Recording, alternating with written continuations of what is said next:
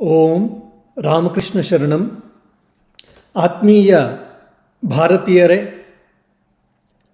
ಇದೇ ತಿಂಗಳ ಜೂನ್ 16ರಂದು ಭಾರತೀಯ ಸಂತ ಮಹಾಪರಿಷತ್ ಲೋಕಾರ್ಪಣೆ ಆಗುತ್ತಿದೆ ಎಂದು ಕೇಳಿ ನಮಗೆ ಅತ್ಯಂತ ಸಂತೋಷ, ಹರ್ಷ ಉಂಟಾಯಿತು.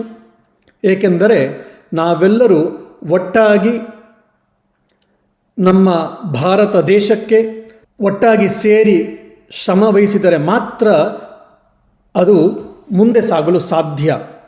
ಈ ನಿಟ್ಟಿನಲ್ಲಿ ಭಾರತೀಯ ಸಂತ ಮಹಾಪರಿಷತ್ ಭಾರತೀಯ ಸಂಸ್ಕಾರ ಶಿಕ್ಷಣ, ಭಾರತೀಯ ಸಂಸ್ಕಾರ ಸಮೃದ್ಧಿ ಹಾಗೂ ವಸುಧೈವ ಕುಟುಂಬಕಂ ಎನ್ನುವಂತಹ ಒಂದು ದಿವ್ಯವಾದ ಮಹೋನ್ನತವಾದ ಉದ್ದೇಶವನ್ನು ಮನಸ್ಸಿನಲ್ಲಿರಿಸಿಕೊಂಡು ಸಾವಿರಾರು ಸಂತರು ಭಾರತಾದ್ಯಂತ ಒಟ್ಟಾಗಿ ಸೇರಿ ಒಕ್ಕರಲಿನಿಂದ ನಮ್ಮ ದೇಶ ಮತ್ತು ನಮ್ಮ ಸಂಸ್ಕೃತಿ, ನಮ್ಮ ಧರ್ಮವನ್ನು ರಕ್ಷಿಸಲು ಪಣತೊಟ್ಟುತ್ತಿರುವಂತಹ ವಿಷಯವನ್ನು ಕೇಳಿ ಅತ್ಯಂತ ಆನಂದ ಹಾಗೂ ಸಂತೋಷ ಉಂಟಾಯಿತು.